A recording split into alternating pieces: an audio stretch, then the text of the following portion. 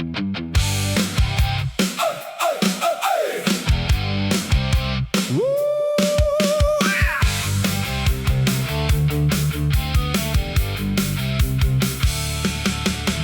ako'y musmos pa, pangarap ay simple lang.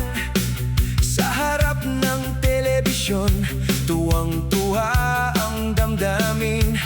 Kahit karton ng espada, sapat na sa imahinasyon. Ang bawat laban ay tila totoong misyon. Walang iniisip na bayarin, walang takot sa bukas na darating. Dati ang problema ko lang, kung paano magiging Blue Ranger. Makakasama ba sa laban, lalaban para sa kabutihan. Ngayon ang dami ng iniisip, buhay ay puno ng responsibilidad.